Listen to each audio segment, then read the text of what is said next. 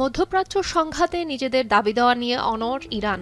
এখন পর্যন্ত এই অঞ্চলের শান্তি এবং স্থিতিশীলতা নিয়ে কোনো ইতিবাচক পূর্বাভাস নেই। প্রতিবেশী অনেক মুসলিম সংখ্যাগরিষ্ঠ দেশ ইরানের পক্ষে বিপক্ষে সরাসরি সংঘাতে না জড়িয়ে সতর্ক বা নিরপেক্ষ অবস্থান বেছে নিয়েছে। এরকম প্রেক্ষাপটে যুক্তরাষ্ট্রের বিরুদ্ধে ইরানের প্রতিরোধ ও আপোষহীন নীতি দেখে মুসলিম বিশ্বের সাধারণ মানুষের একটি অংশ ইরানিদের বীরের জাতি হিসেবে আখ্যা দিচ্ছে। আবার অনেকেই আঞ্চলিক নিরাপত্তা কাঠামোতে ইরানের ইতিবাচক ভূমিকা নিয়েও প্রশ্ন তুলেছে।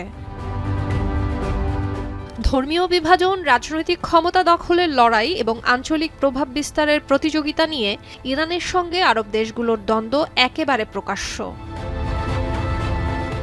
হুথিদের মতো ইরানি মিত্রদের বিরুদ্ধে আরব দেশগুলোর নিরাপত্তার উদ্বেগ এই দূরত্ব আরও বাড়িয়েছে।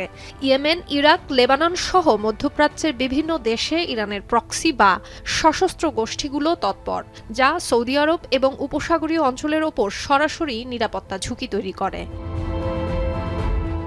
সাধারণ ইরানিরাও মনে করেন ওমান এবং অন্যান্য আরব দেশগুলো বিশ্বাসযোগ্য নয়। তাদের অভিযোগ, এই দেশগুলো যুক্তরাষ্ট্রের বিরুদ্ধে রুখে দাঁড়াতে ব্যর্থ। তাই এই যুদ্ধে নিজস্ব পথ বেছে নেবে ইরান। হরমুজের নিয়ন্ত্রণ সহ নিজেদের ভাগ্য নিজেরাই নির্ধারণ করবে।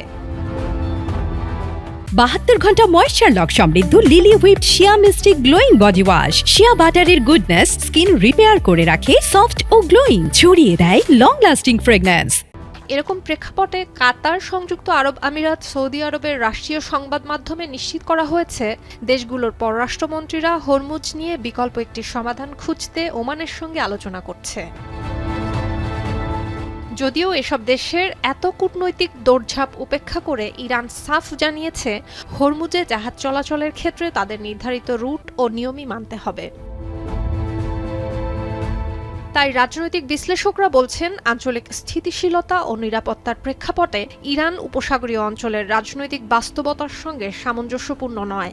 বর্তমানে দেশটি এই অঞ্চলের প্রত্যক্ষ এবং পদ্ধতিগত হুমকি ছাড়া আর কিছুই নয়। জিসিসির পক্ষ থেকেও একই বার্তা। উপসাগরীয় দেশগুলোর সামরিক সুরক্ষার প্রধান উৎস যুক্তরাষ্ট্র ও পশ্চিমা দেশগুলো। তাই যুক্তরাষ্ট্র ও ইসরায়েল বিরোধী বলয়ের নেতৃত্ব হিসেবে আরব দেশগুলোর বিপক্ষে ইরান। এছাড়া হরমুজে ইরানের কড়াকড়ি নিয়ন্ত্রণ এসব দেশের অর্থনীতির জন্য বড় হুমকি। সাম্প্রতিক বিশ্লেষণ অনুযায়ী চলমান সংঘাতে মার্কিন ঘাঁটিতে হামলার উদ্দেশ্যে ইরানের প্রায় 83% ক্ষেপণাস্ত্র ও ড্রোন হামলা উপসাগরীয় দেশগুলোকে লক্ষ্য করে চালানো হয়, যার মধ্যে সংযুক্ত আরব আমিরাত সবচেয়ে বেশিবার লক্ষ্যবস্তু হয়। তাই অস্বস্তিকর উপসংহারে বিশ্লেষকরা বলছেন, ইরানকে নিজের ভাগ্য নিজেকেই নির্ধারণ করতে হবে।